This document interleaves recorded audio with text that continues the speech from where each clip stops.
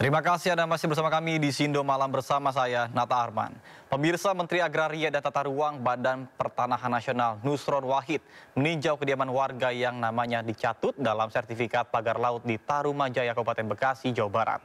Dalam peninjauan tersebut, Nusron menduga ada oknum pejabat di balik kasus pagar laut.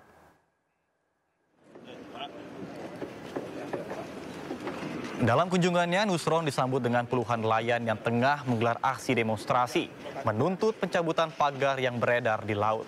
Adapun HGB pada pagar laut sebanyak 346 bidang dengan luas 509.795 hektar.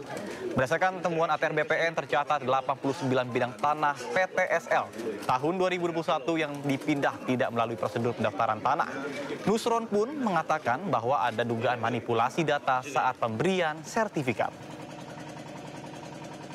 Saat ini Pak Dalu Inspektorat Jenderal sedang menginvestigasi. Ada nggak unsur pidana dan motif mens reanya? Kalau salah udah pasti salah ini. Ya kan, kalau salah udah pasti salah. Tapi apakah salahnya maladministrasi atau ada unsur pidananya? Kesengajaan.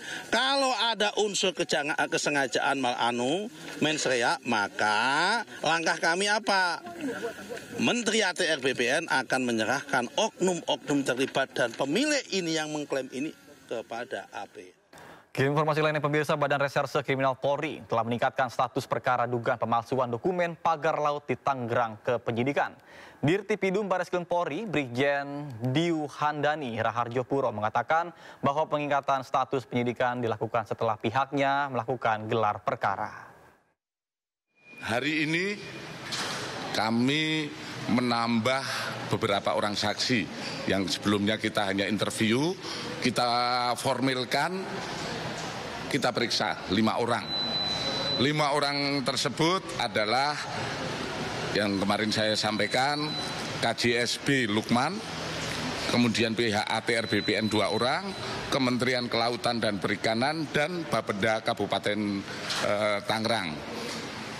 Dari hasil pemeriksaan ataupun pengumpulan barang bukti dan keterangan, kami langsung melaksanakan gelar perkara, di mana gelar perkara tersebut dihadiri oleh tim dari Bareskrim, yaitu penyidik utama, penyidik madya, dan para penyidik di lingkungan Direktorat Tindak Pidana Umum.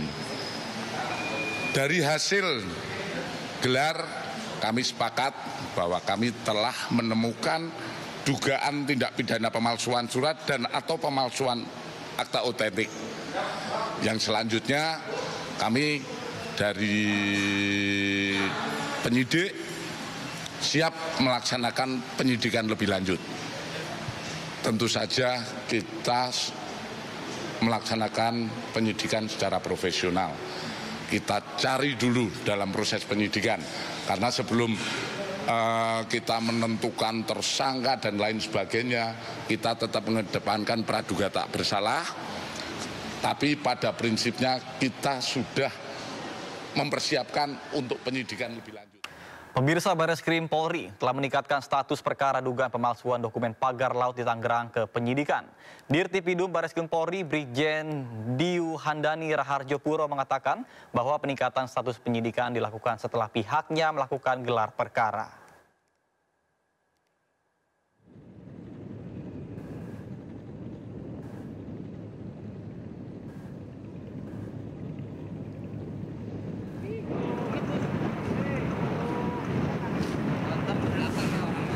Ya, Pak.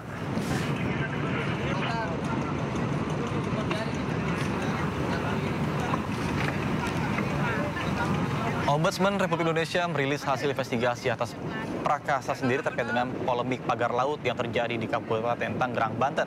Temuan investigasi Ombudsman diantaranya terkait dengan kerugian nelayan yang mencapai 24 miliar rupiah, penguasaan ruang laut hingga unsur pidana.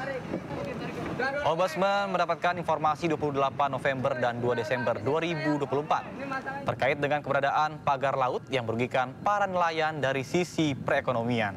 Laporan Ombudsman Provinsi Banten terkait dengan investigasi sejak 19 Desember 2024 menyebutkan bahwa nelayan menderita kerugian hingga 24 miliar rupiah. Bahkan tidak hanya itu, Ombudsman juga menemukan indikasi adanya penguasaan ruang laut sebesar 370 hektar di Kohot, Tangerang. Ombudsman juga mendapati unsur pidana lain, yakni pagar tidak berizin, potensi dampak lingkungan mengganggu ketertiban umum merugikan masyarakat, serta peredaran 2 surat yang diduga palsu. Pertama adalah kami menyatakan bahwa memang ada maladministrasi. Kami mengapresiasi upaya yang sudah dilakukan DKP di saat mendapatkan laporan masyarakat, langsung melakukan kunjungan lapangan, melakukan penghentian di saat panjangnya masih 10 km, berkoordinasi dengan KKP, tapi membutuhkan waktu yang cukup lama sampai dengan 22 Januari kemarin baru melakukan pembongkaran. Kita meyakini ada indikasi yang kuat bahwa keberadaan pagar laut ini adalah dalam rangka upaya menguasai ruang laut. Adanya dokumen yang menunjukkan adanya permintaan atau upaya penguasaan ruang laut di mana 370 hektar awalnya diajukan di daerah Kohot yang sebagian sudah terbit atau seluruhnya sudah terbit. Kami tidak bisa membandingkan dengan 263 bidang yang sudah terbit dan 50 yang sudah dicabut.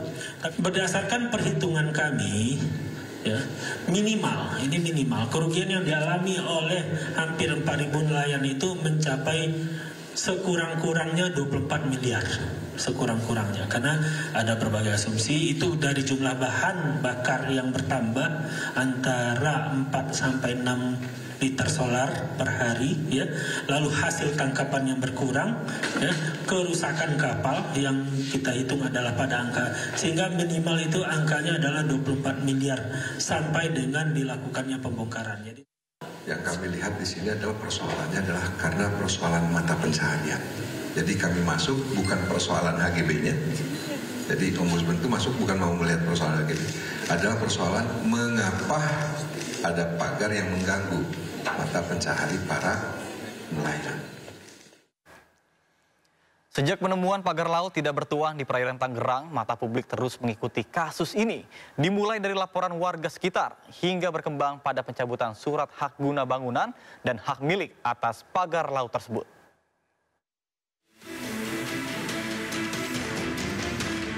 Polemik pagar laut sepanjang 30 km lebih di perairan Tangerang, Banten terus berlarut. Publik pun terus mengikuti perkembangan kasus ini. Penemuan pagar laut bermula dari laporan warga yang juga tergabung dalam Himpunan Nelayan Seluruh Indonesia atau HNSI pada Agustus 2024. Hal ini lalu dilaporkan pada Dinas Kelautan dan Perikanan Banten yang langsung datang meninjau lokasi. Saat itu panjang pagar laut baru mencapai sekitar 7 km.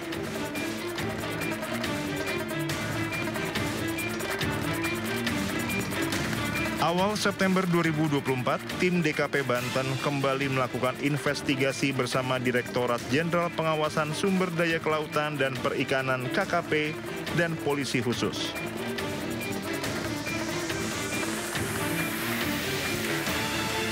Beberapa minggu kemudian, DKP Banten melakukan patroli laut bersama TNI Angkatan Laut, Polairut, Satpol PP, Kementerian PUPR, dan HNSI. Hasil patroli mencatat panjang pagar meningkat menjadi 13 km lebih yang melintasi 16 desa di 6 kecamatan.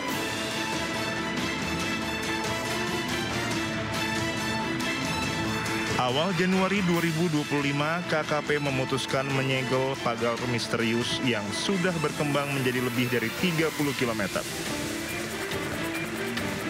Langkah tegas ini diambil menyusul adanya instruksi Presiden Prabowo Subianto yang meminta KKP hadir dan menangani kasus yang telah meresahkan masyarakat.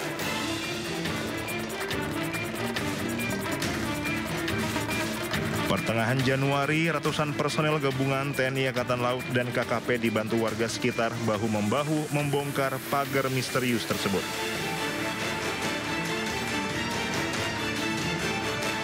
Akhir Januari, Menteri ATR Kepala BPN Nusron Wahid menyatakan pihaknya telah membatalkan 50 sertifikat hak guna bangunan dan hak milik yang terbit di pagar laut tersebut.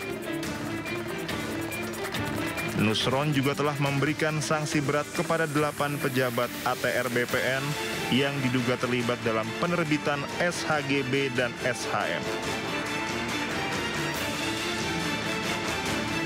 Mabes Polri dan Kejaksaan Agung pun mulai menyelidiki kasus ini. Kini publik menanti siapa tersangka di balik kasus pagar laut ini.